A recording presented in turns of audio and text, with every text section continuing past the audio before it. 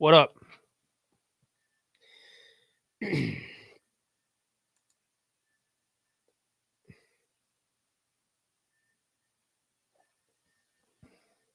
All right.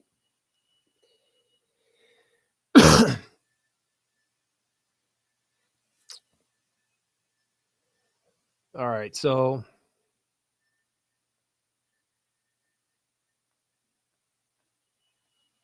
shouldn't be too long. I just wanted to kind of like wrap up everything. Needless to say, I think that like with all the law tubers and stuff like that that came on and shit, I was just kind of like, whatever. I'm not really trying to hold up, I was not I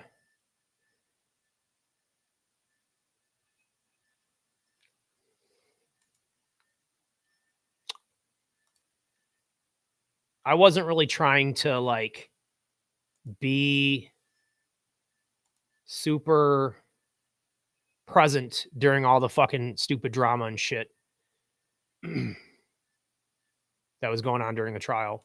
But also, let me figure out how the fuck this. Every fucking time, dude. Every time I come on here, this shit's different.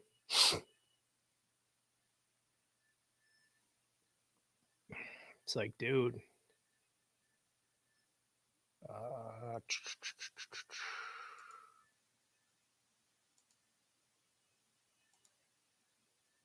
Hold up.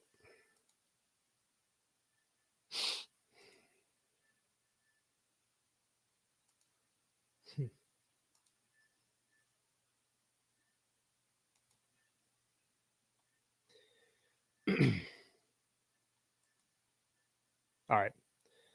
As long as you guys can hear me, I guess that's the most important thing.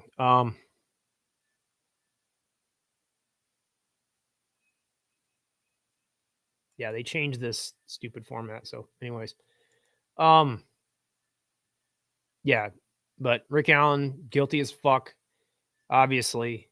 But yeah, I wanted to go live more often, but for a number of reasons, I didn't really make sense. But one thing that I just wanted to point out, like,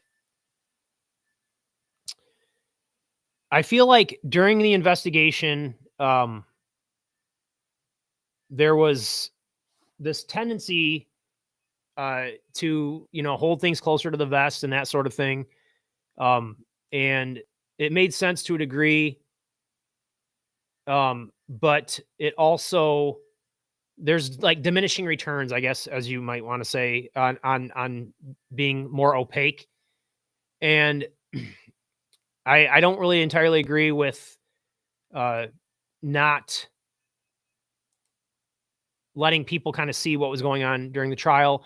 But I also understand to some extent that there were sort of like mitigating factors that made it so that I think Judge Gull, I think she did intend actually to be more transparent, but some things might have happened that people are not aware of that made her kind of like forced her hand, I guess, so to speak, that have more to do with some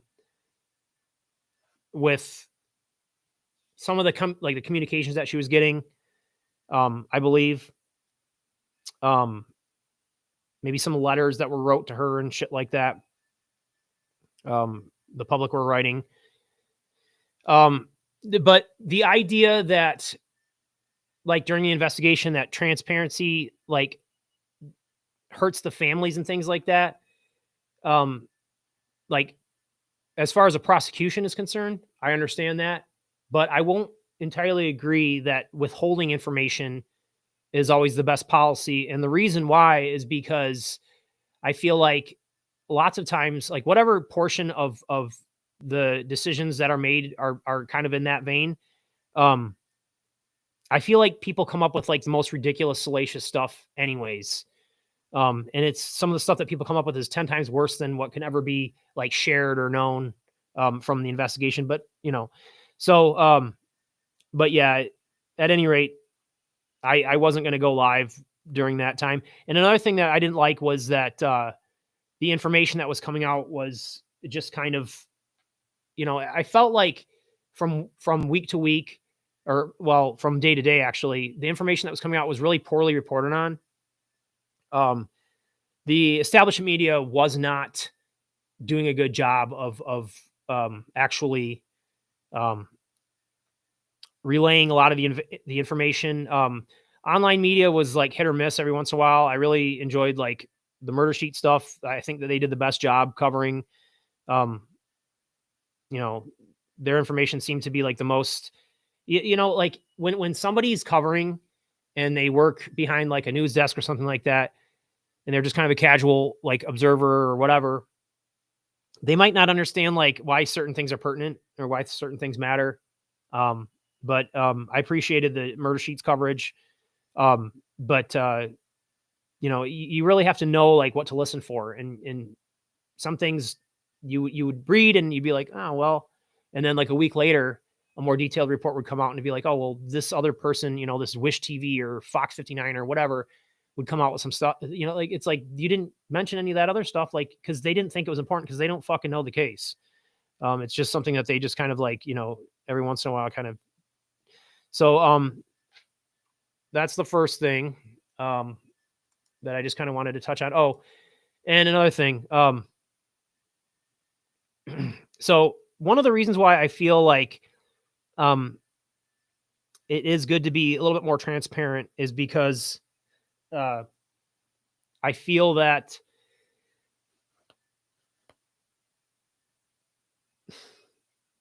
being more opaque gives people an opportunity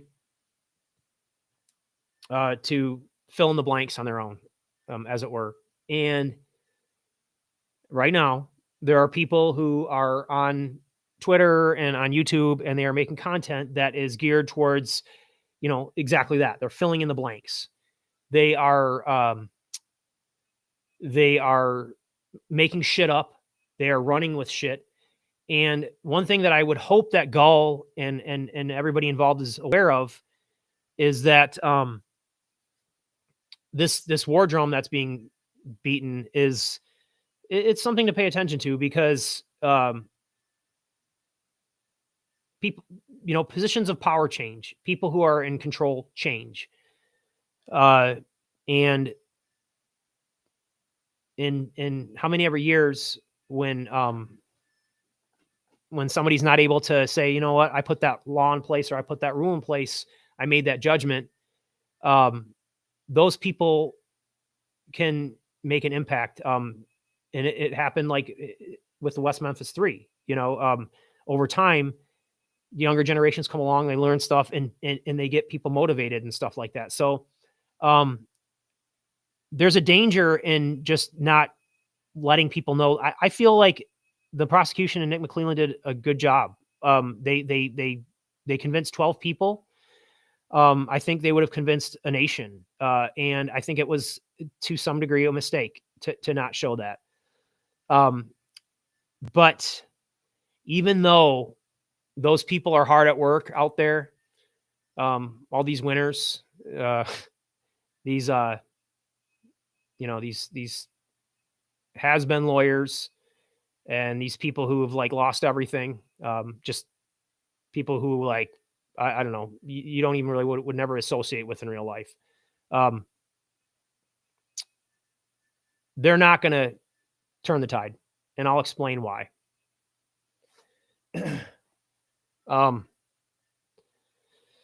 Okay. So the next thing that I wanted to discuss,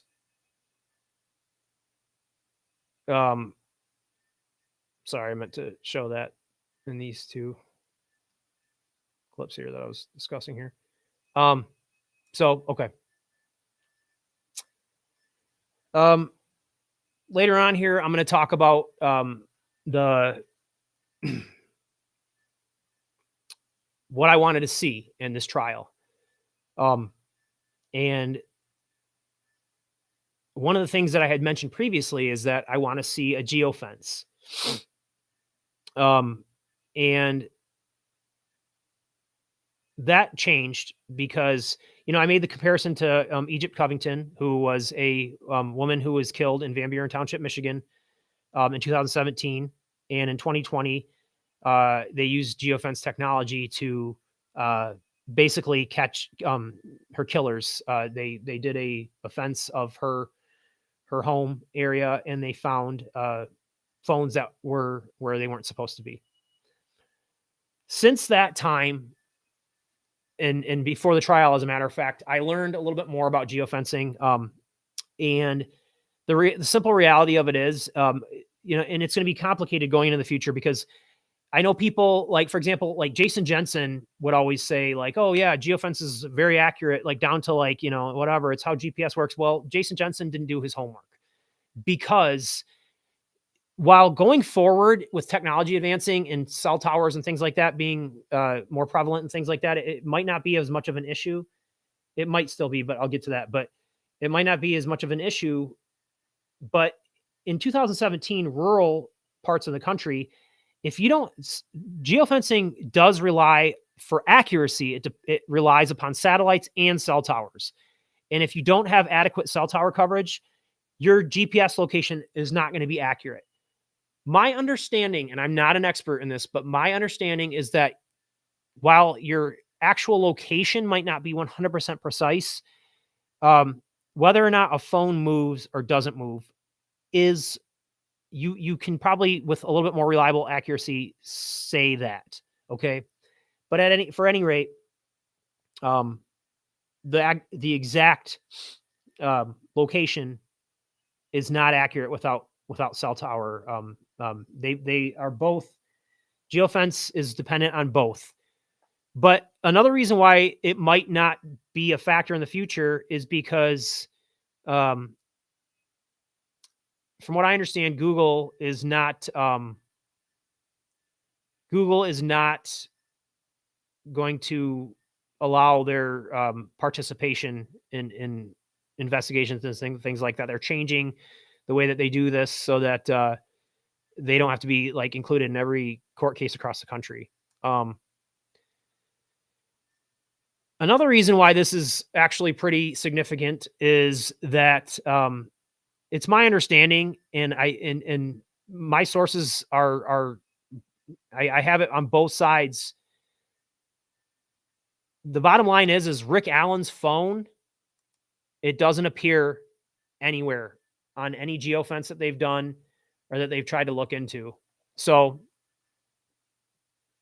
why this wasn't brought up at trial and why it wasn't brought up by the defense or the prosecution is a completely different, it's a very complicated matter. But the fact of the matter is, so what people get confused here is Rick Allen, back when we were looking at the PCA and before this trial, people were questioning a lot whether anything Doolin was saying could be relied upon, right? So, but when they showed the interview of Rick Allen in 2022, he reiterates that he was, looking at the stock ticker. So the fact that his phone doesn't show up means that Rick Allen's a liar. I mean, that's very plain and very obvious. And people are kind of not really understanding that. But again, it wasn't a big part of the prosecution's case. And I think the reality of it is from the prosecution side, the reason why they wouldn't want to do that is because they think that the defense would, and I talked about this in the Gaslight video, the defense would run with it, and they would probably, they would just make things difficult in terms of they would include other phones that show up, maybe, perhaps, I don't know, but they would turn it into a big circus, and you would not find any more information out about what happened. And the prosecution would just kind of get sandbagged by the defense, just kind of running with the implications, if you will, of them trying to say that the geofence was completely accurate. So yeah, I have a few unsubstantiated conspiracy theories, I guess, if you will. I'm probably gonna get in trouble for doing this, but whatever. So yeah, I'm not entirely satisfied with the narrative or the claim, I guess, that Dan Doolin and Kathy Shank is how they came across Rick Allen. It's totally, I'm not going on any information that I have. This is just me. I feel like the levels of autism that you'd have to like just look at Whiteman Drive and be like, oh shit, like that's not, no, but I could be wrong. If that's really how it happened, maybe that's just one of those things. There's a couple of those things in this case where it's just like, really? But on the outset, I'm just kind of like, one thing that I'll bring up, and this is just my kind of, I'm not a lawyer kind of way of explaining this. So Brandon Woodhouse kind of explained is like, in his, the videos that he made online, he was talking about how, and again, I know Brandon Woodhouse, he's a character. I'm not saying, everything he said is gospel, but I'm just saying, I do know for a fact that Andrew Baldwin reached out to him because he wanted to use Brandon Woodhouse as a character witness against Nick McClellan. He wanted to have him say that, Nick was, whatever he was going to say, and Brandon Woodhouse had said to him, like, I can't go on the stand and answer your questions because I signed an NDA. And the response that Andrew Baldwin gave him was, I can ask you questions in a way that you won't violate the NDA. And what I wonder is, and again, if a lawyer says, nope, you're wrong, I'll accept it. But again, we don't have transcripts. We didn't get to watch the trial. So I'm left to speculate. Okay. And what I wonder is, were questions asked to Dan Doolin and Kathy Shank in a way where what they say is true, but there's also something else that we don't know. And the reason why I ask is because I wonder two scenarios. One of them is, did a family member or somebody, a peripheral person associated with the family, come forward and say something? And they were like, you know what? I don't want my name associated with this, but I'm going to tell you guys this and you can't say anything or whatever. And I want to play you something to remind people of why I think that this might be a possibility. Could be wrong, but again, this is why this is unsubstantiated conspiracy. Someone knows who this individual is. Someone knows who this individual is. Is it a family member? Is it a neighbor? Is it an acquaintance? Is it an associate? Or maybe that one guy that lives over at that one place that just kind of not right.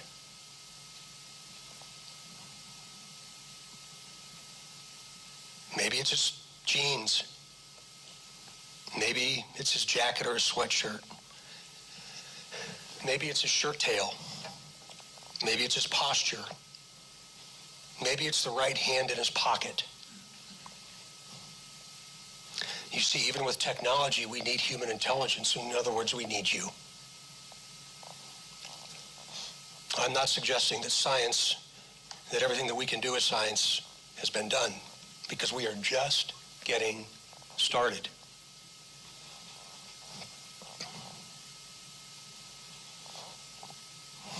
Abby and Libby deserve us. They deserve every single one of us, and not just the people standing up here on the stage that have given so much of their lives to not just this, but to this profession, but each and every one of you. Each and every person listening watching or seeing this in some form, we need you. Libby and Abby need you. Please do not rationalize tips away. Rationalize what you think that might not be important away by thinking he would never do that to another human being. Or think, what I know doesn't matter.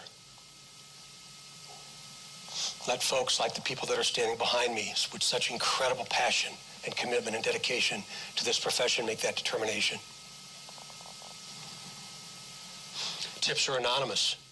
Some might not want to talk about it because they don't want to get involved, because they know the individual. Again, he may be a family member, probably has family. No one will ever know. No one will ever know. There's not an agency on the planet better than helping us facilitate this than the FBI. And they're as entrenched in this as anybody. No one will know. Okay. So, all right.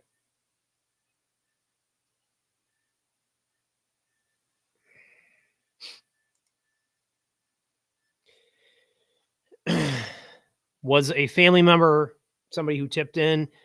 The one thing that I wonder about, and it's just speculation, but everybody made a big deal, obviously, about Brittany taking the stand, and that, she was like, oh, she didn't seem like but there was something off. And I always think, like, okay, there was something off. Where's her support? Like where, and I'm not trying to, I just wondered, her husband wasn't there. Was he somebody who maybe came forward and they're trying to protect him? I don't know. Speculation, not anything that I know.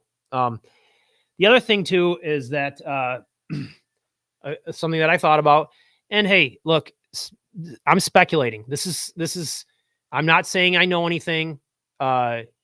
This is like a superpower on YouTube. So go fuck yourself if you don't understand that shit. I'm not calling anybody out or saying anything happened. I'll be clear about that if I have that kind of information. But back in the hearings at the end of July going into August, it was revealed by Dr. Walla that Rick Allen was actually hospitalized in 2019 for supposedly anxiety. Okay.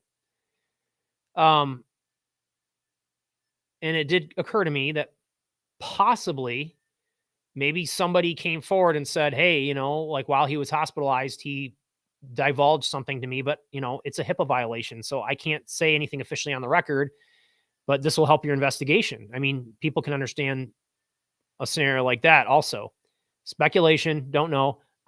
There's just something about the way that the way that they're saying that Kathy Shank and Doolin came together. I just could be wrong, would be glad to be wrong, whatever. Another one of my conspiracy theories is that, and people, I didn't see any people speculating on this, and I thought it was kind of weird, but Rick Allen says to Jerry Holman when he comes out of the house and he has him in the cop car, he says, here's this form to fill out if we damaged any of your property when they executed the search warrant. And he says, it doesn't matter. It's all over. And to me, that's just weird. It's a weird thing to say in that moment. To me, I wonder, because everybody obviously knows that it wasn't a perfect investigation.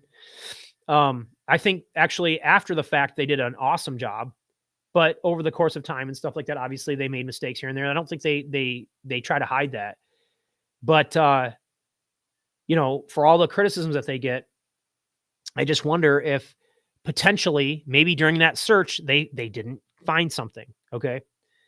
That was my other, and then my final conspiracy theory, and again, I'm not going to say it anymore after this time, but it's, this is not, I'm not going off of like anything that I know. It's just things that cross my mind. That's why I'm getting them out of the way. early on.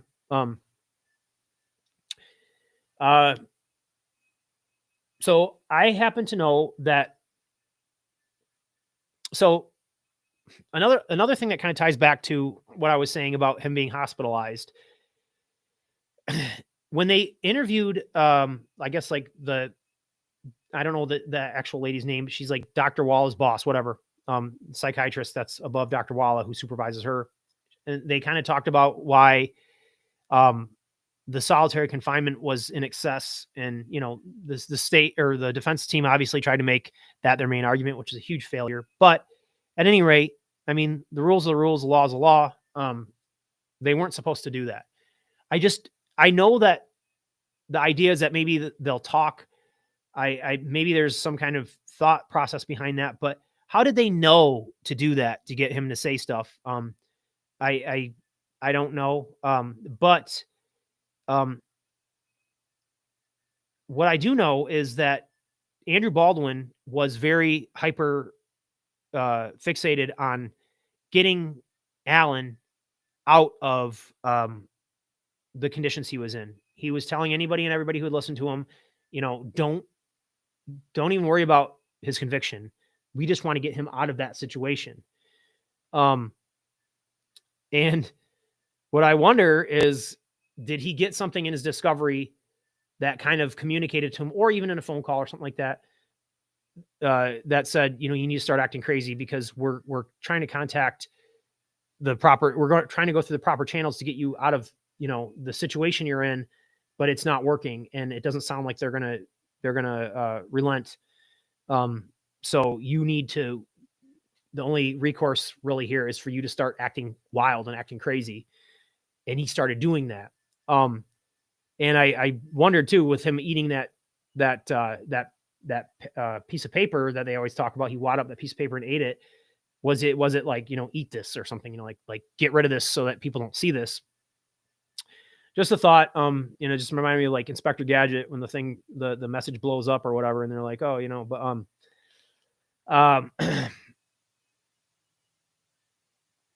let's see. Okay. So then we're going to move on to, West Memphis 3 comparisons, to Delphi. And it is not the same as with Rick Allen. And the reason why it's not the same, and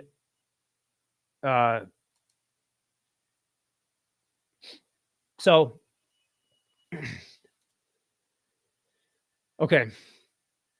Jesse Miss Kelly, early on, in the early days of the investigation, did confess to the murders. But if you listen to the tapes, he clearly was coerced. I'm sorry, but you can listen to it. No matter what your opinion is on the case, you think he's guilty, you think he's not, you can hear him the way that the law enforcement is. They're basically telling him to reword his sentences, and there's no dispute on that. Okay. Go listen to it yourself, whatever. Another difference is that, as you learned in the trial of Rick Allen, it didn't take Rick Allen very long to, quote unquote, lose his mask. By the time he's already at Cass County, he's screaming that he's going to kill the guards and things like that from his cell. By all accounts, the West Memphis 3, for a decade plus, were incarcerated, and they were model prisoners, I should say. So that's not the same. And of course, on top of that, after the Miss Kelly thing where he's coerced, neither Damien Eccles nor Jason Baldwin ever under any kind of pressure. And Baldwin was in solitary confinement for a long time, to the point where he lost his eyesight, to a degree, not all of it, but he's going blind. He never once succumbed to false confessions or whatever. And another thing that I didn't mention, that I really do believe with Allen, that if there was some kind of a plan, he was told to by his defense team to act crazy, it was counteracted by his wife actually giving him a Bible. And he was having a real problem with, I'm going to act crazy so they'll get me out of here. and I'll confess and all this stuff. I mean, just say all this like, or I'm sorry, I'll act crazy and eat my poop and like whatever. But then he got this Bible and it was like telling him to do the opposite and be honest and whatever. So he was having like this like, I don't know if you want to call it like a crisis of ethics or identity, whatever you want to call it. He was going through it. That's why you see the difference in those two weird initiatives, I guess, for him. The thing that I think about is Alan, the decisions he makes when he's in there, especially if he's in solitary confinement, maybe this is the thought process behind it. He's going to do what makes sense to him. He has to kind of go, it's truly about him, like he has to like, the things that we think about are motivating factors and things like that. They don't apply to him when he's in there. Cause he's like, I got to do, I'm in here by myself. Like, so he's making these choices, and maybe he had a really difficult choice or choices to make at that time. At any rate, so the next thing that I want to mention is that so in this country, we have decided that on a case-by-case basis, and thank God that we're going to defer to a jury of 12 of our peers. Yeah, and like again, that speaks to me to the fact that every single situation is different. If you get to the point where you have to have a trial, you're already kind of saying like this falls into like a gray area, and we need to have people weigh in that understand, people that understand certain things, and people that have no idea about what's going on. So, but what we do not do is we don't do this. We don't do this. Okay. We don't say, does this, I don't know if you can see this or not, but I have a sign in a list that I'm holding up that says DNA, video, prints, or witness. I hate Restream because Restream is difficult now, but I hope you guys can see that. But yeah, so at any rate, my point is there's no list that we go through a trial and we have people deliberate, as opposed to just meeting a criteria on a list that we say, hey, is there DNA? Are there prints? Is there video evidence? Is there, a direct witness to the crime? But that's what these defense people want you to believe, that that's all that matters. And it's not that simple. And this is exactly why. So as the trial kind of proceeded, I didn't really know, because like I was saying earlier, I didn't know what to make of what was being reported in the establishment media. It seemed like the establishment media was kind of saying that, they're making it sound like the jury was kind of being swayed towards the defense. And, as time went on, I was kind of like, okay, well, this isn't good. But what it came down to, I think ultimately, and what most people will agree on, is all the years before all these new jacks came on, these lawyer-centric people, if you want to call them that, it all boiled down to, two things. It boiled down to the video bridge guy, and it boiled down to this. Yeah, down the hill. And they saw it that way too.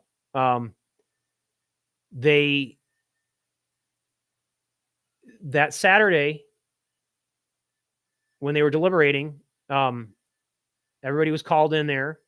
And I was like, oh shit, they're going to do this. And they hadn't reached a verdict, but instead, on Saturday, November 9th, they wanted to look at some more evidence.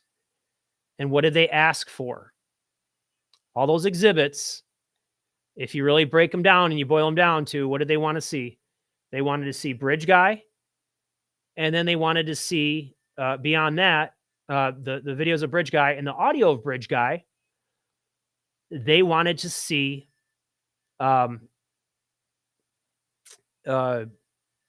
the interrogation interviews with Steve Mullen, Liggett, and Jerry Holman. Because they got it. They understood. They fucking got it. Like a lot of you dumb motherfuckers didn't. First of all, the greater majority of us have never even seen those interrogation tapes. We don't even have a baseline for what Rick Allen's voice sounds like, okay? And I think that is very telling that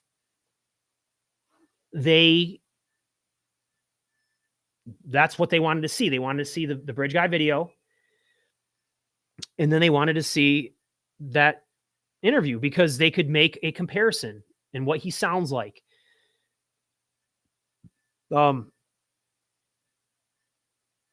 And I think they nailed it. I don't think there's any question. And yeah, 12 isn't like a crazy huge sample size, but it's enough. In the voir dire process, let me say that correctly. They got their chance to pick and choose. When I first saw some of the selections, I was like, man, does Nick really want to go with that? But he knew what he was doing. I think that's really where this case was won because, he picked people. They both picked jurors that would get it. And yeah, Andy and Brad were outsmarted hardcore. Not even outsmarted. I mean, like I think they thought they were being clever and they were. I mean, the truth came out, but they didn't get to pull the fucking shit that I think they wanted to pull.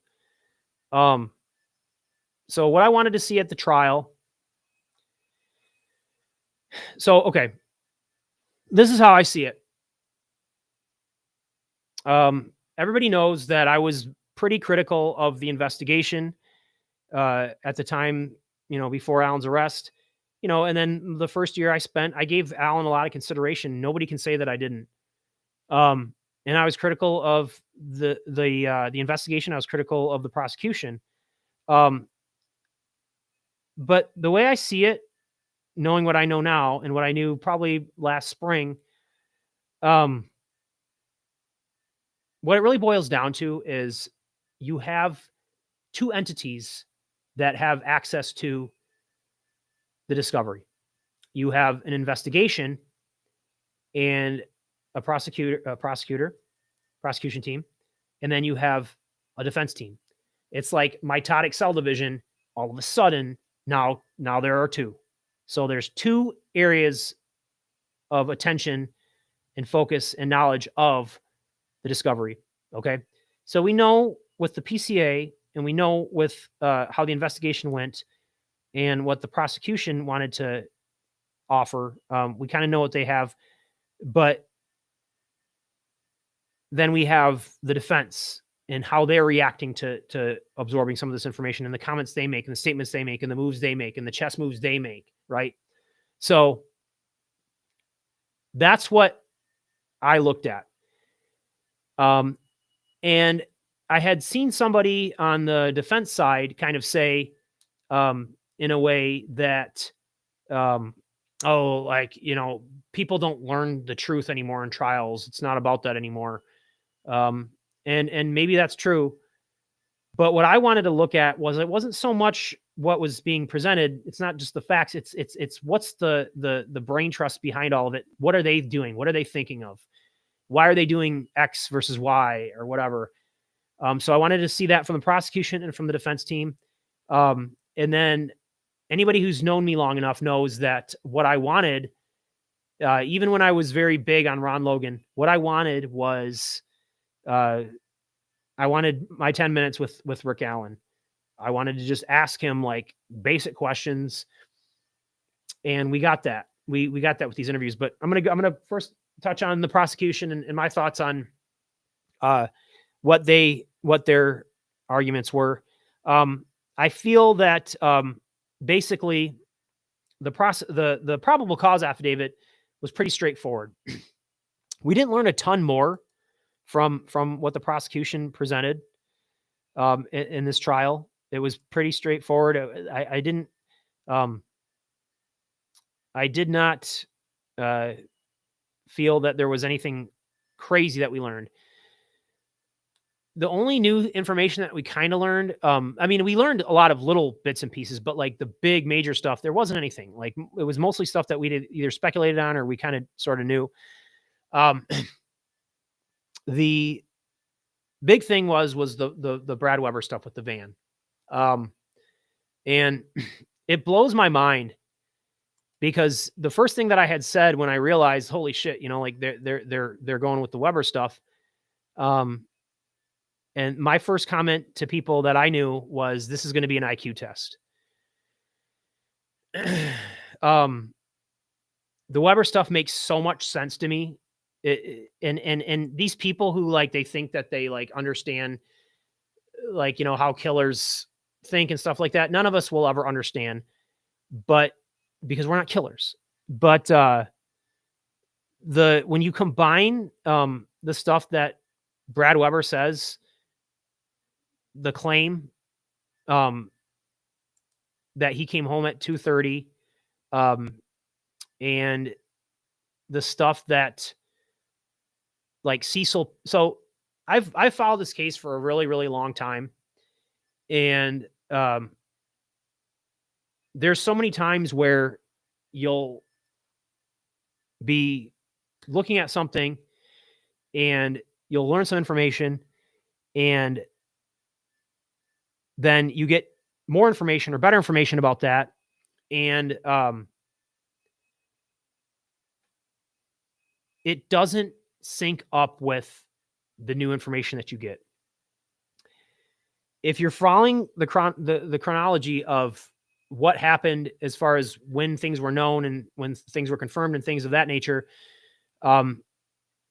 it's very clear that the information that Rick Allen divulged was also confirmed by Cecil Peoples in his information that he extracted from Liberty's phone. And Liberty's phone, they used GPS. They weren't using the Geofence. And it's not entirely. So the way I look at that is it's like almost like like if you're playing Super Mario World and you go off, you go off into like some other weird like glitchy area of the game. You're not supposed to be in, like Mario gets stuck or whatever. So it's not perfect because the area around the creek isn't mapped out like a street corner or whatever, but it's very, very fucking clear that, when they go down the flights and all that kind of stuff, that what Weber claims and what Cecil claims is in sync with what Allen tells Dr. Walla in terms of, what he did that day. And it's not like super detailed and it's not like whatever, but it's just a very quick summation of like, yeah, I did this and that, but it's very like, it sounds very authentic that he did that. And the crazy thing to me is the 232 stuff. What's crazy to me about that is it speaks to how quickly all this stuff kind of went through, because if you think about it, Liberty's phone was found in her shoe under Abby. And that means that everything was pretty much done, at least with Abby, like at 2:32. And it's just, people can't fathom, how these things work. You're not a killer, but that's exactly what happened. And then the remaining time, everybody says, oh, well, like, why would it be over so quickly? And like, and then for an hour, he was finding these branches to put on the girls because he was freaked out because he just saw this van and he's hyper fixated on this van. Right.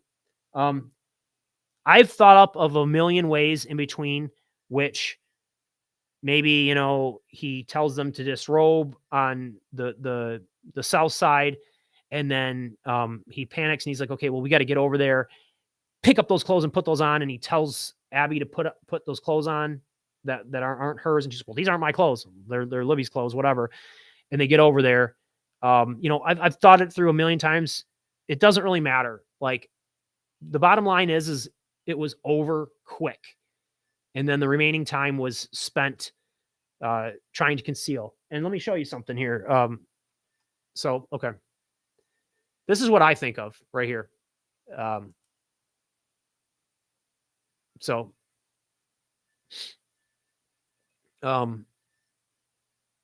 Alan kind of mentions that he was spooked by the van, right? So, and he was kind of rushing to get them out of there, or to get them concealed. And so he could get out of there, I should say. This is the F tree, and this is the wishbone tree, fork tree, where the girls were found. And so now this is the view from that area where you can see Brad Weber's house. And you can kind of see from a distance, he was very concerned about being seen by the guy that he just saw in the van go down that private drive into the house. So his main focus was like, I don't want anybody to see this shit. And it makes total sense to me. The minute I heard that, it was like, this dude did this shit. So, and I don't care if other people don't understand that shit. Like, you guys can go watch CSI and fucking like have your like fantasy about what you thought, the fact that like the GPS showed that they dropped all that elevation. Like, where the fuck do you guys think that they fucking went to? Fucking like Hades? Like what's wrong with you guys? The people who like are like, that's not believable. Go fuck yourself. And so I have a lot to say with the defense team and my critique of what they did. All right.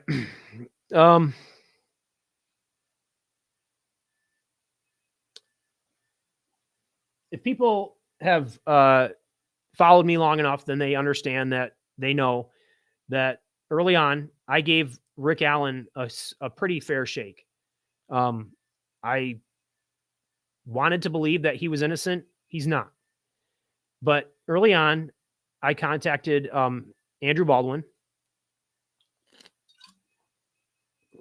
and I sent him this letter. I sent him a letter, and this was his response, I should say.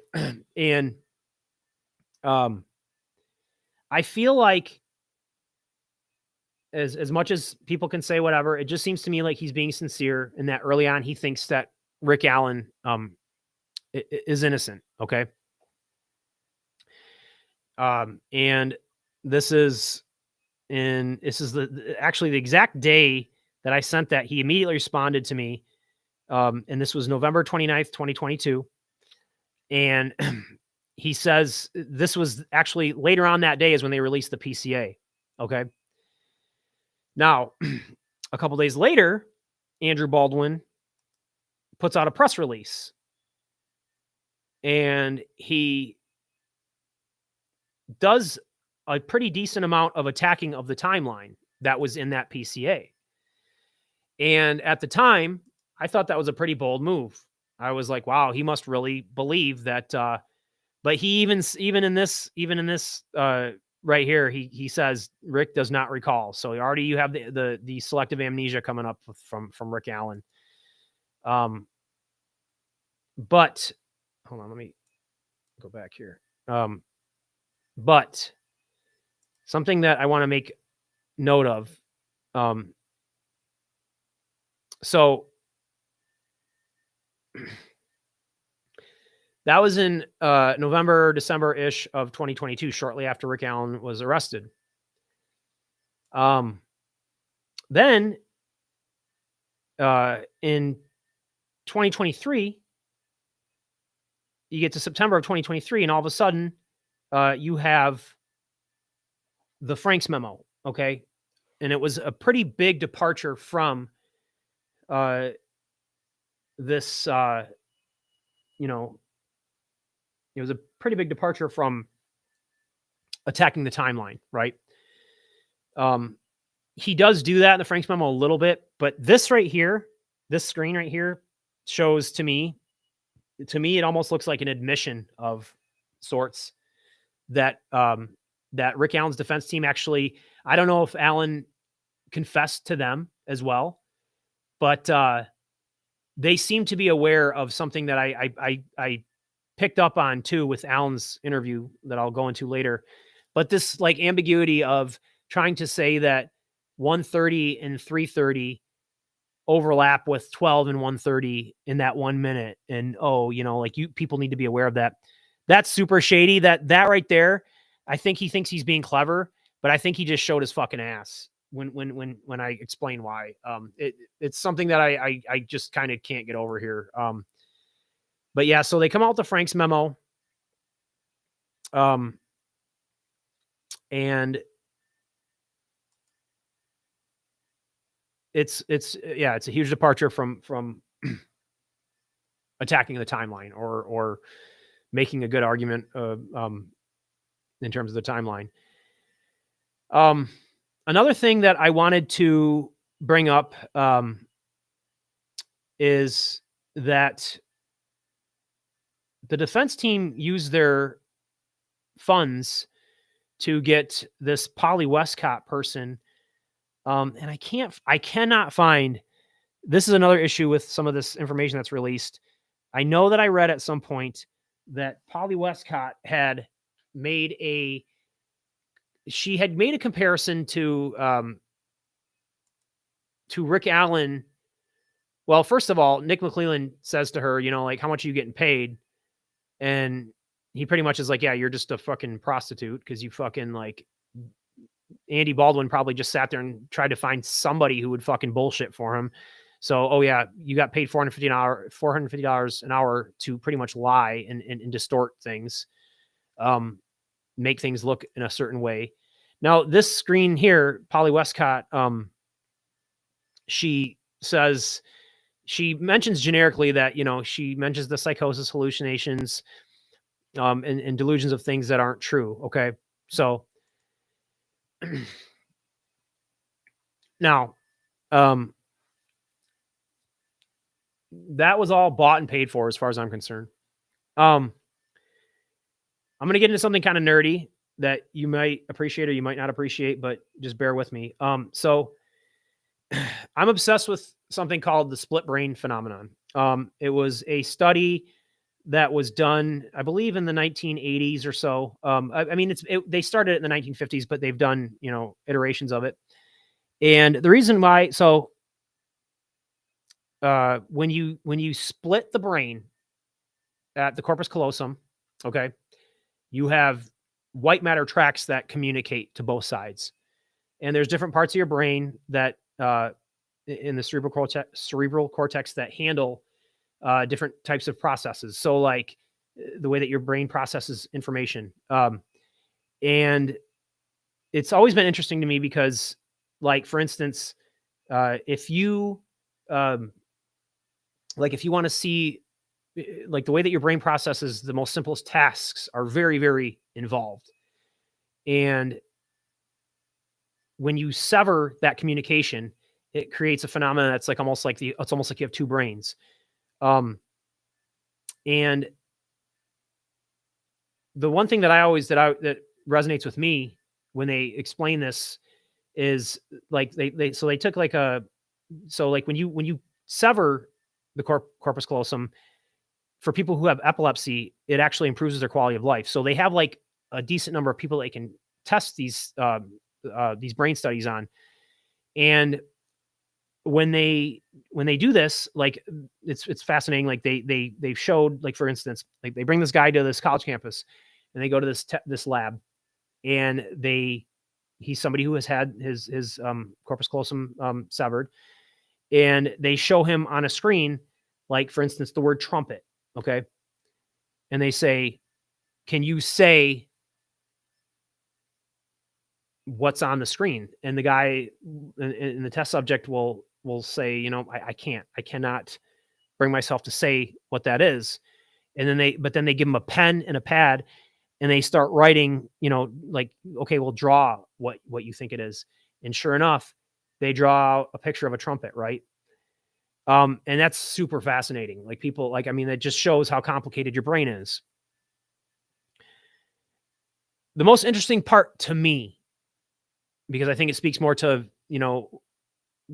the human condition, is that after those studies are done, they will ask these subjects, like, well, why do you think you did that? Why do you think you drew a picture of an accurate representation? And what they would come up with is excuses, pretty much. Their brain would explain to them why they thought they were, accurately drawing this picture, despite, not understanding it themselves. And what they would say is, yeah, well, on the way over to this neuro lab where we did all these tests and stuff, there was a band member from, the college campus here, and they're playing the trumpet. So I just kind of got confused or whatever, right? So, but it's interesting to me that your brain will explain to you things when in question, right? So to me, that's just kind of a natural thing that your brain is doing. It's processing information and it's trying to explain to you what's going on in your environment. So if you're in some kind of state of psychosis, and I'm not, I work in critical care, and I don't work with mental health patients per se. But guess what happens if somebody needs to go to critical care and they are in psychosis, but they also need to be on, a critical care drug like Cardine or Levophed? Guess what happens? I become a psych nurse too. So because it's more important for us to address their critical care needs, but you get these patients sometimes. So I don't exclusively work with psych patients, and I don't mean to imply that, but I've dealt with a number of them. And my point is that Polly Westcott is trying to, and again, I could not find the actual quotes that she said this, but she tries to imply that Rick Allen had like a persecution syndrome, or she compares to a persecution syndrome where, she talks about, like, because he mentioned something about like creating World War III, and things of that nature. But she tries to conflate that with his statements that, that he molested girls and that he killed Abby and Libby. And in my experience, when your brain is trying to explain to you stuff and you're in a state of psychosis, a part of your brain that you kind of keep to the side, maybe a part of your brain that's maybe suppressed, where you're thinking of awful things or things like that, it can kind of become involved in some of your thought processes when your brain is trying to explain to you, like, well, why is this happening to me? Why am I hearing these voices? Or why am I, like, so agitated?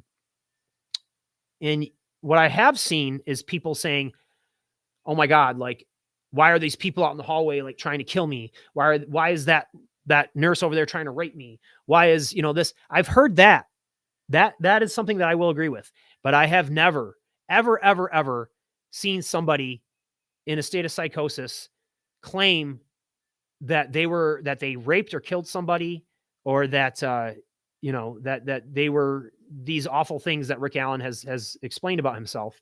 Never. And again, my sample size is a lot smaller because, I'm not a psych nurse, but I've never seen that. And I think that Polly Westcott was paid by Andrew Baldwin to say that and try to conflate those two and confuse the jury, and it didn't work.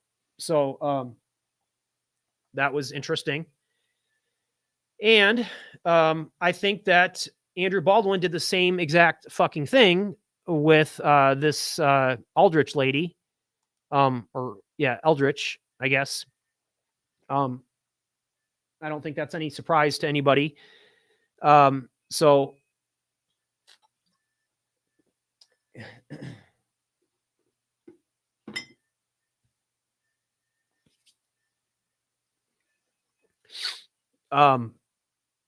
So this FBI chick, who tried to say this stuff about the, hold on, let me just get this synced up here. But this FBI chick who,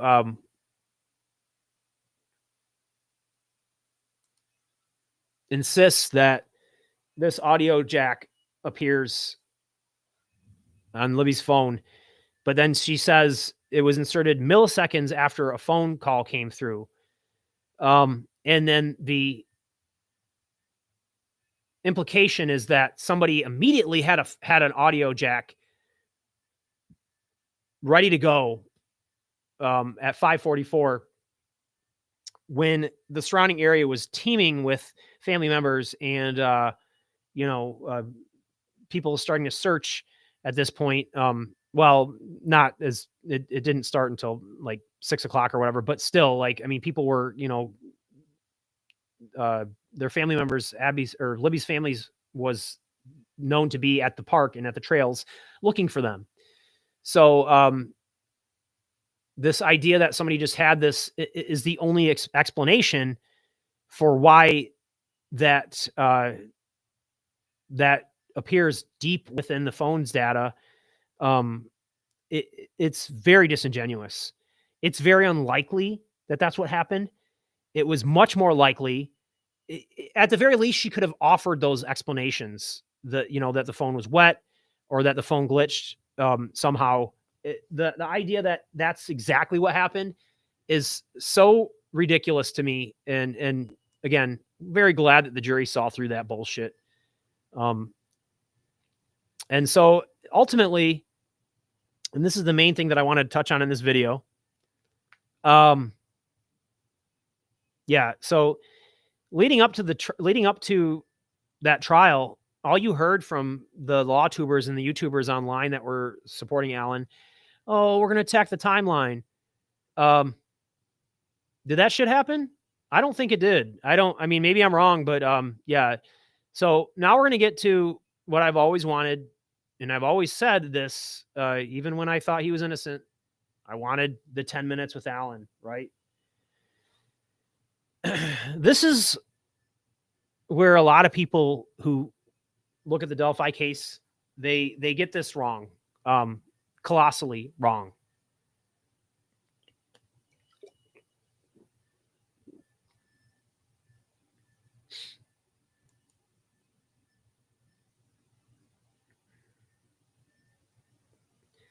So, okay. There's this show, or this channel, I guess you could say, Explore With Us. My wife watches it. She's not really big into like the deep dives, like the true crime deep dives and stuff like that. So she's not into Delphi and things like that, but she likes to kind of like sample superficially true crime cases. I can be like, hey, that case with the barn and the guy that was off work and whatever, and she'll be like, oh yeah, that case, and she'll know. But it's because she watches stuff like this. So Explore With Us, a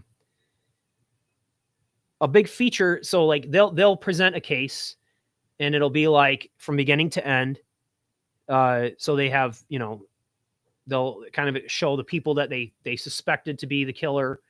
And then they'll end with like the killer, but a big feature of that, of their show is that they show a lot of the interrogation tapes. So my suggestion is to a lot of people who are very adamant that Rick Allen is innocent, go watch that channel and get a good feel for how interrogations go. The one thing that I think you'll see is, they'll go through people who were like early suspects, and then those early suspects, turn out to have solid alibis or whatever. and then they'll go through people who, are clearly lying. And there's all kinds of people who lie. They use different techniques. They use different things. But the one commonality I feel is that what you'll get is you get up from that interview and you didn't learn a fucking thing. You didn't learn one single fucking thing. That person, or they just blatantly lied. Like they're really bad liars and they just get caught red-handed. But if they're smarter, they tend to just answer questions in a way that they just don't tell you anything. You don't learn anything. And there's a lot of criticism about the way that the investigation was handled. Some of it's warranted. Some of it's, middle ground, whatever. But the one thing that I feel, and I feel that's very palpable that you can feel in this investigation, is when they started interviewing Rick Allen, they knew. I mean, I think before that they even knew, but when they started getting the answers, they knew. And one thing that I want people to appreciate, like I work with the public and I know what it's like for people to come in and tell you, hey, like you did your job wrong. You didn't cross your T's and dot your I's, but you know damn well that you saved somebody's life or you did really good work. But for people to come back in hindsight and be like, oh, well, whatever, like you didn't do this perfect thing, whatever. That's just the way it goes. Yeah, like I said, I work in a profession like that. And I think once they kind of honed in on Allen, they did excellent police work. Tony Liggett did awesome understanding like what was going on. You could say whatever you want about all those guys and Holman and all them and whatever, but once they saw what they saw, they got it. And my thing is, with, like the way I try to appreciate it is like this. So law enforcement, the one thing that I think that they really get good at over time, no matter what they might, whatever the shortcomings might be, is they understand when somebody's lying to them. Okay. Because, you're the guy that has to arrest the like rock star cardiothoracic, pediatric surgeon who's coming home from the Christmas party, who's shit-faced, and the soccer mom who is like, who's shit-faced and is lying to you, right? So you get a feel for that person lying to you. Then you got the soccer mom who's like, some klepto at Target, and she's got like her cart full of, whatever, and she's trying to walk out of the place with like not without paying. You deal with her. And then you also deal with, the 15-year-old who's got like a dime sack in his sock, or, trying to get away with not having to pay, or not having to, getting away with lying about having weed on them. And then you have to deal with like the meth heads and stuff like that. So like the usual suspects. But they might not be able to know how they're being lied to or how to prove that they're being lied to. But I think after a while, the one thing that you can probably agree that all law enforcement gets good at is knowing that they're being lied to. So that's the first thing that I would like people to kind of understand. And like I said, Explore With Us is a great, they have tons of information or tons of cases where people, are ridiculous, obvious liars and obvious, suspects that are guilty. And then, ones where they're not, or in between, but you get a good feel for that. I've seen a number of these and it's very interesting. But I feel like a lot of people who just want to immediately assume Rick Allen is innocent, they lack this understanding of what law enforcement was going through. Another thing that I want to point out, and Kevin Greenlee pointed this out on the Murder Sheet podcast, and he's absolutely correct when he says that the Delphi murders was like a watershed moment for Delphi. It's going to be something that they're going to talk about for decades to come. It's their 9/11, right? Everybody in that town knows what they were doing on February 13th, 14th, probably in the rest of the week of 2017. If you were at the trails and you were dressed like Bridge Guy, okay, you especially know what you were doing, right? if you were at the trails and you were dressed like Bridge Guy within hours of the girl's murders, and let's say you are innocent, and after 2000 or after the 15th of February, when they released the picture of Bridge Guy's, on the bridge, and you decided to contact law enforcement, you abso-fucking-lutely fucking know what you were doing on that day. What a lot of people do, I think, is they say, I don't know what was going on that day. I don't know the answers to the questions that he was being asked in those interrogation, videos and when they were asking those questions. So how could Rick Allen know? But you're not Rick Allen. He should have answers to all that shit. And nobody is asking Rick Allen to talk about the coarseness of the mustache of the guy that they saw like 3 or 4 days ago that they don't even remember. It's nothing like that. It's just basic fucking shit that he should fucking know the answers to. And time again, he cannot commit to a time frame that he was there. He switched up the time frame. Even in 2017, he switched up the time frame, saying like 12 to 1:30, 1:30 to 3. Then it was 1:30 to 3:30. Like he couldn't commit to the time frame. And this is what I was getting at, where people just don't fucking understand. So like, Rick Allen repeatedly in these interviews.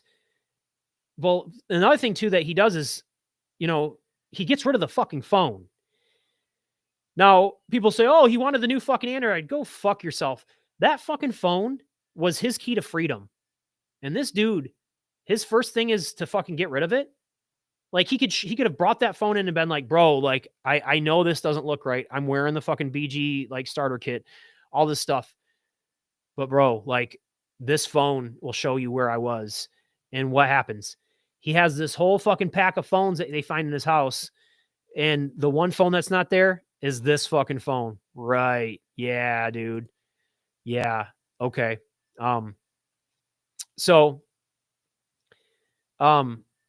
But the part that another fact here that I don't think people really understand, and this is why I was talking earlier about Andrew Baldwin, and why I think Andrew Baldwin does know and has known for a while that Rick Allen did this. I don't know what was conveyed to him by Rick, but if you think about the things that Rick Allen would not commit to, think about this. So he won't say where he parked. He won't say the building that he parked next to. He won't say the route that he took.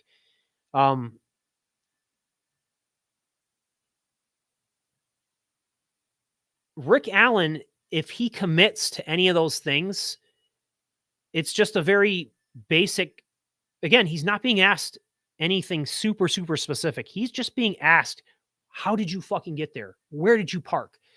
And he is saying, well, gee, I can't, that loop-de-loop thing, I get confused, whatever. He won't say. And the reason is because it goes back to, everybody wants to say, oh, these guys were so stupid. These investigators and these cops were so stupid. But, Doug Carter, when he does his infamous, you want to know what we know, press conference, I don't think he was clairvoyant or that he had any kind of, magical abilities to know who Rick Allen was, because I don't believe he knew who Rick Allen was. He didn't. But he knew something, he was going to get a rise out of the killer, and what he was going to say, he sat back and he says, this guy's got to be wondering, they want to know what we know, right? So I'm going to say that. And he was right, because you see it in this entire interview. He doesn't want to commit to anything because he wants to know what they know. And sure enough, almost correctly, when they bust out that picture of his car, he probably felt validated in that sense, because if he would have said that he was parked at a particular area, then no longer, he can't say, he wouldn't have been able to say, I was going this direction, I was that direction. when he starts talking about, oh, like, oh, I parked at the Farm Bureau building, whatever. What the fuck is that shit? Well, guess what? Once they show the direction that he's going, if he really wanted to, he could say, yeah, I parked over here. I parked over there. If he would have said, yeah, I parked at the CPS lot, which by 2022, everybody knows what the CPS building is. Nobody's going to get confused with the Farm Bureau building or whatever. If you say that you were at the CPS building and your car's going in the opposite direction, you're fucked. You're fucked. So he can't say certain things. That's how you fucking know that Rick Allen is guilty as all fucking hell. Okay? Like, he even says right here, forgive me, it's been years. I've thought about it a lot. Really? Because you can't remember shit. Like, there's, these are the telltale signs as to why Rick Allen is fucking guilty. Like, right in front of you. And this is what the jury saw. And this is why it was clear as day to them. I think that there was some people who maybe were like, well, whatever. And then the defining moment was just his voice, which none of the people most of the people, well, I'm not gonna say none, people who were in the courtroom, the handful of people in the courtroom heard Allen's voice. But it's these lies that Rick Allen just tries to tell over and over and over again. And another thing too is that with Rick Allen, and you'll see if you watch that channel that I was telling you about, Explore With Us, sometimes you'll see people who are very confident, and Rick Allen sounds very confident in his answers, but he almost overcompensates for his confidence, almost as to say, like, if I don't do this, like, I'm not going to be believable. So, yeah. And again, this stuff about trading stocks and stocks and all this stuff, like, shut the fuck up, dude. Like, that's just a fucking lie, dude. Like, this dude, and again, everybody wants DNA, they want prints, they want all this shit. Yeah, that shit's nice for your CSI episode, but like, that is one of the things that you can't go back. How can you explain that? How can you explain him not being able to answer those basic fucking questions definitively? And they're not hard. You can fucking answer that shit. And that's how they knew. And I feel confident in that 100%. So hold on, we'll get to a little ahead of myself there. So sorry, I had to focus on this. So does anybody have any comments, questions, concerns at this point?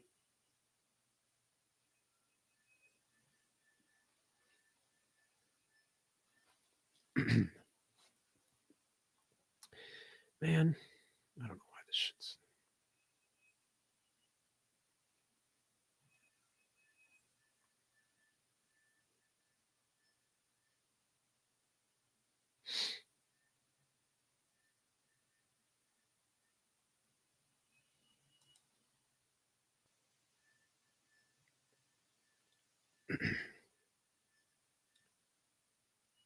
Oh, that's shit.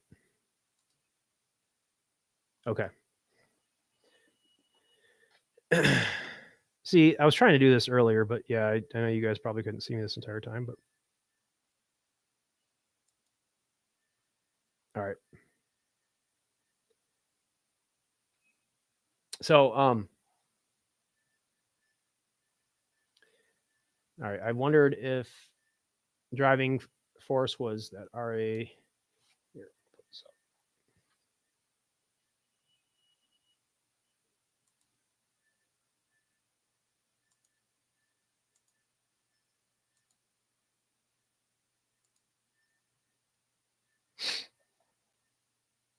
So, it's funny because something that I had considered for a long time. So I think it's weird that his finances keep coming up. He apparently, I would have thought that he was like sort of like a Bitcoin degen, he seems, I don't know, so he has an accounting background, so maybe that's part of why he's more uh he was looking at some stocks and things like that. But Bitcoin at that time was doing a lot of stuff, and sometimes with the euphoria from that, you can just feel like invincible or whatever. I did consider that. But yeah, and what that's true too. Like being broke doesn't fucking turn you into a child molester either. I agree with that. So, but it's a good thought though. I do think that they're intertwined. Just the risk taking part of it for you have to be, you want to make money doing that stuff. You have to be. Doesn't mean you're a child molester at all. It's just a component of it that I think for him, he felt like. So I'm going to get into that actually, Glow. I'll talk about that here.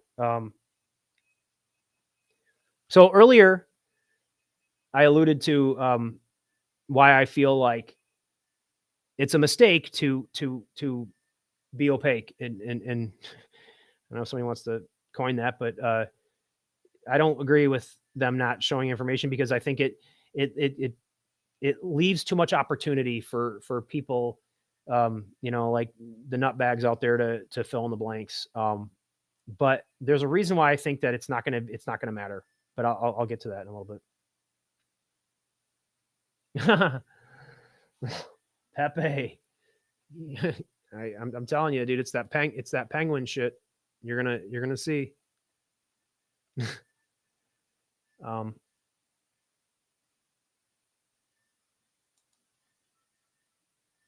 yeah, okay, yeah, and I could see that, like but I guess I that's interesting. But also, um,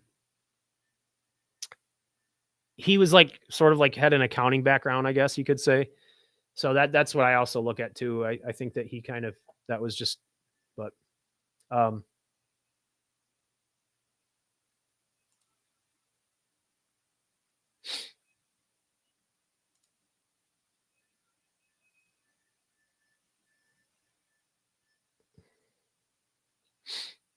yeah, and that's such a like that comment that he makes to Walla is so. Some of those things are so like specific, I can't even understand why people would think that that was like somehow, um, you know, somebody poisoned the confessions that way to tell him to say that stuff. Like you're not going to say that shit. That's Rick Allen saying that. He's a sick motherfucker. Like, I mean, a lot of these people, these people who are these detractors who are saying that this, when you look into them, and I'm not saying for other people to do that. I don't agree, but these people they tend to be they're just not they're disgraced in their professions, a lot of them.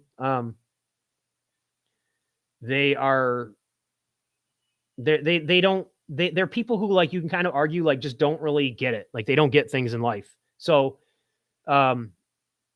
yeah, the immediate conclusion that this was like, oh, they told him to say all this stuff. Like, really? They told him to say that he was a sex addict. They told him to say that, he molested 2 girls. They told him to say, that he's selfish. These are things that Rick Allen just said on his own. And it's not, those are not things that he was told to say. Those are him. That's him. But, um,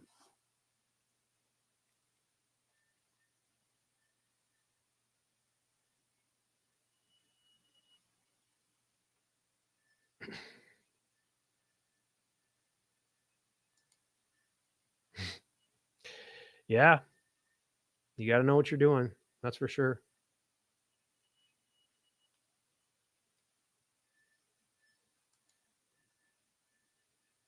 What up?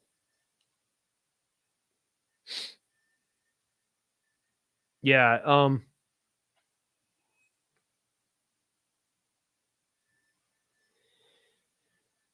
I don't know. I tend to just think that um you know, it's not, it still doesn't take much though for people to just make a big deal out of, what they think they understand. Um and my bigger concern over the long term again is that, again, future generations, people who don't understand as much, could be swayed into thinking like, hey, like maybe lawyers now who are, or not lawyers, but people who are in law school now are seeing this, and they're believing like these charlatans like Bob Mata and Osbrook and what's this these people, like they're losers. They don't have careers. They it's like somebody pointed out, like the prosecutors, where are all the prosecutors that are on YouTube and showing up at courthouses? They're not. They're fucking handling their cases. These other people, um, what's the chick from Washington? What's her name? Just flash in the pan lady who everybody's like, oh my god, she's so fucking amazing, and all these fucking like, let me read this shit to you, man. This is like the most pathetic thing that I've ever fucking seen. Hold on, somebody sent this to me. Uh, this fucking the chaos that these fucking people are causing is unbelievable. They should be fucking ashamed of themselves. Um, because it's one thing when somebody, you know, like somebody who's like a non-lawyer type, um, says this stuff, but when these lawyers come on here and they make these fucking ridiculous claims. Okay, so look at this is a Reddit post somebody sent to me. It says nothing to do with RA, but this case really warped my perspective. It's like this dude is like telling on himself over and over again, like so fucking stupid. I don't know what else to say, but I feel the evidence or the lack thereof was overwhelmingly in RA's favor. And the masses of people without critical thinking skills, not actually analyzing the timeline, etc. What fucking timeline? They didn't fucking address any fucking timeline. Not once. Not realizing that alibis don't matter whether there's no time of death. Really? Who told you that? Bob Mata? Because he's a fucking loser. And just I'm just very disappointed in people right now. And everywhere I look, I see blatant corruption, obstruction of justice. I had been following the Idaho 4 case, and I was pretty much leaning towards BK's guilt. Obviously, without who knows how much information. But when I started to look for more information, and there was quite a bit, the more I learned things, I scrutinized a little harder. And here I am leaning on the side of innocence because now this crime looks like something else. Perhaps, hold on, let me put my fucking glasses on. Okay, that's how bad my fucking eyesight is. I scrutinize a little harder, and here I am leaning on the side of innocence because now this crime looks like something else. Perhaps that would have happened anyway without Delphi. In my mind, no, it wouldn't have, dude. You're a tool. All the time these days, but now I'm hyper focused on seeing corruption where maybe there isn't any. Oh yeah, well there you go. I mean that's there you go. KR was another one that just destroyed my faith in law enforcement. I don't know who KR is. Honestly, it was awesome that Flora Delphi by True Crime Design video that sent me down the Idaho rabbit hole.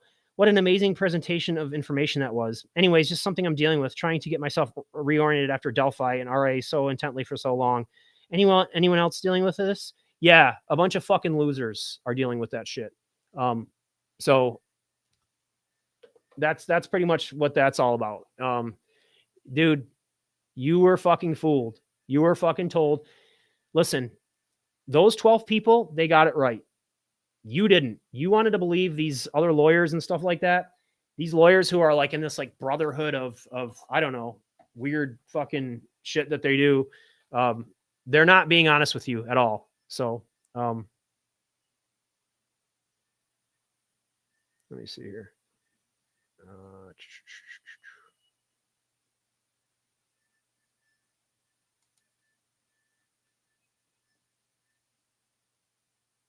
I have not seen that. I don't know what that is. Is it a show?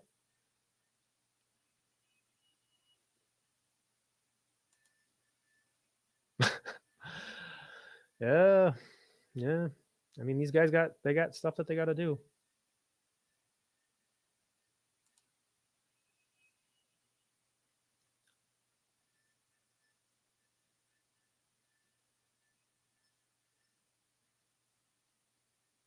You mean like do you want to expand on that? Like the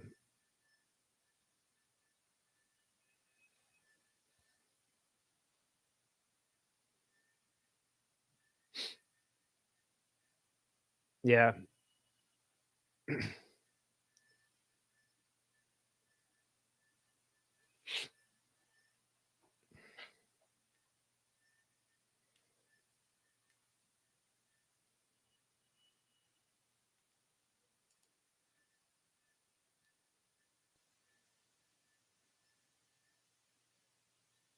I'll have to check it out. Is it just like super egregious arguments and stuff like that?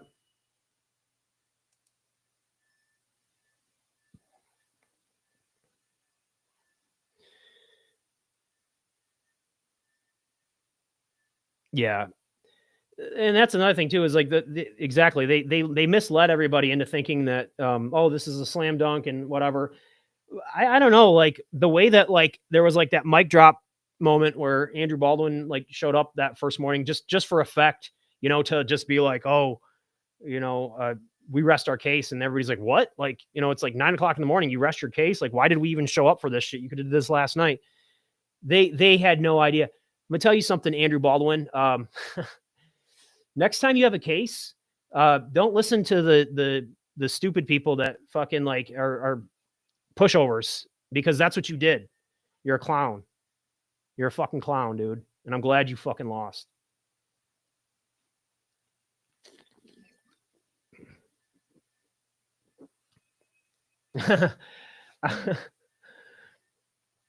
Yeah,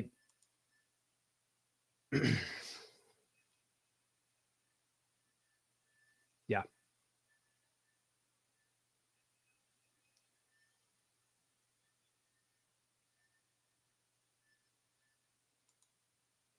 Yeah, and this is the sad thing that you don't understand. Bob Mata isn't a lawyer anymore. He's not. He can't practice law. He makes money off of his YouTube stream. Okay, you think about that. You get married to somebody and they're a lawyer, and they're like, I'm not going to be a lawyer anymore, but I'm going to have this YouTube stream. He needs you. He needs you. Okay, remember that when you listen to that dumb motherfucker. And Michael Osbrook, I don't even know what that dude. That dude's he needs some Aricept or something, man. That dude's I don't know. Um, but I have nothing nice to say about any of those people. And I should probably not keep doing that because or keep talking, because I'm probably just going to keep saying more mean shit.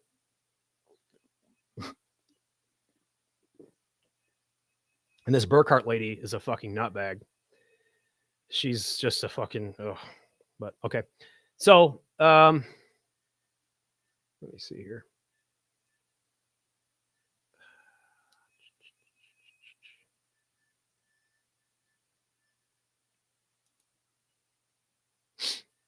Okay. Earlier I had said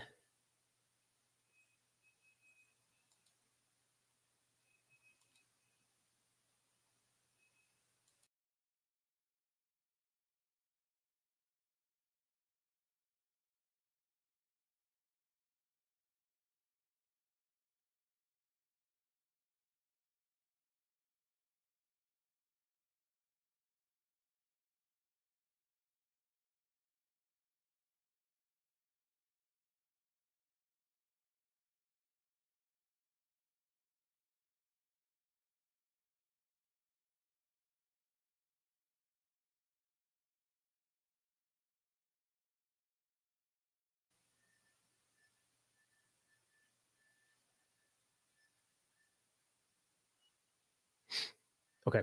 So earlier that I alluded to the fact that there's a chance for an appeal, right? So like I feel under most circumstances,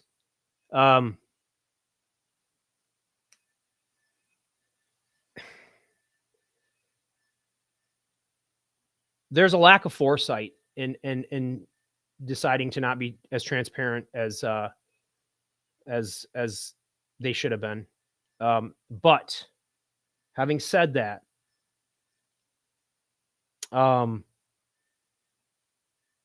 what I also know is that past behavior predicts future behavior, right? And I think that people need to kind of understand that Rick Allen, when he was in solitary, he pretty much like, whatever, he was talking to whoever would fucking listen to him. And I feel like when he's in Gen Pop, what do you think he's going to fucking do? Right? So Rick Allen really is the imp of the perverse. And the basic gist of that, and you can look this up, it's not like, whatever.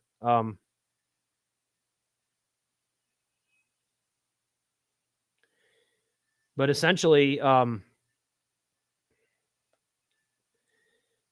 the story goes, in the story of the perverse by Edgar Allan Poe, the narrator commits a murder to inherit a man's estate. The coroner attributes the death to an act of God, and the narrator benefits from this crime. Several years later, the narrator starts obsessing about a possible confession for his crime. He acts on a self-destructive impulse and confesses his crime in public, leading to his swift trial and execution. So the narrator explains at length his theory on the imp of the perverse, which he believes causes people to commit acts against their own self-interest. This essay-like discussion is presented objectively, though the narrator admits that he is, quote unquote, one of many of uncounted victims of the imp of the perverse. He then explains how his conviction for murder was the result of this. The narrator begins his story by explaining how he murdered a man by using a candle that emitted a poisonous vapor.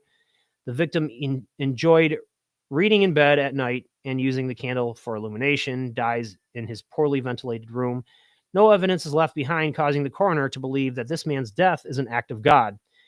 The narrator inherits the man's estate, and knowing he can never be caught, enjoys the benefits of his murderous act for many years. The narrator remains unsuspected, though he occasionally reassures himself by repeating under his breath, "I am safe." One day he notes that he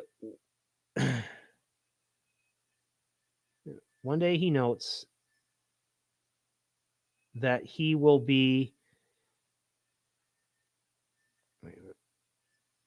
that he will remain safe only if he is not foolish enough to openly confess. In saying so, however, he begins to question if he is capable of confessing and is beginning to feel overpowered by a sudden urge to confess to the murder.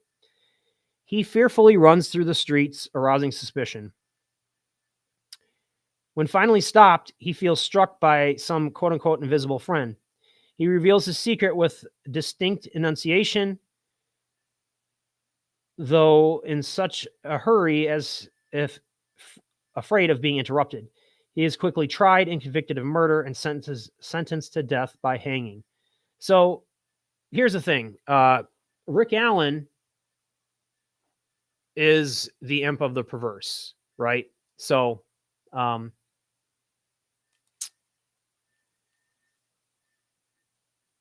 and the fact is, oh, I fucking hate this fucking thing. The fact is,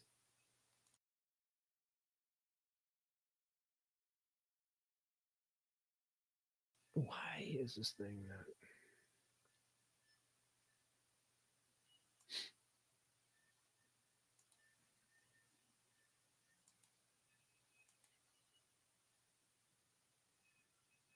I don't know. Whatever. This fucking stupid shit.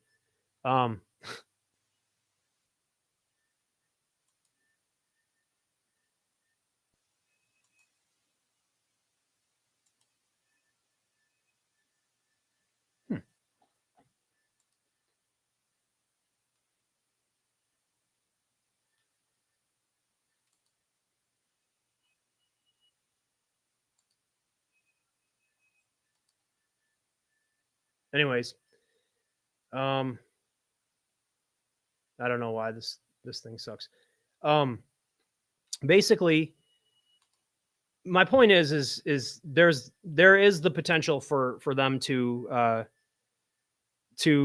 over time, similar to the West Memphis 3, perhaps, you know, with the way generations change, the way that time changes, and people who are in power change, I feel like because they didn't, they weren't transparent, people can fill in these blanks and whatever. But the fact of the matter is they don't know what Rick Allen's going to do. In the past, he's said all this stuff. He's going to tell more. He's going to talk more about what he did. And when he's in Gen Pop, he's going to say even more. So these people are, spinning their wheels and trying to create this whole fucking like movement, and like they're going to do all this stuff and, get George Clooney's wife and Joe Rogan and Kim Kardashian. It's not fucking happening. Because Rick Allen is the emperor of the perverse. He's going to fucking just basically, verbal vomit everything that he fucking did. But that is my show. And this is probably going to be my last show on Delphi. Unless something else comes out that's brand new. New information. Maybe somebody cool to interview, whatever. I do want to, hopefully there's like a freedom of information. Somebody gets some of that stuff. I'm interested in the transcripts, the court transcripts and stuff like that. We'll see. But until then, I am out. I hope everybody has a good Christmas and a good New Year's. And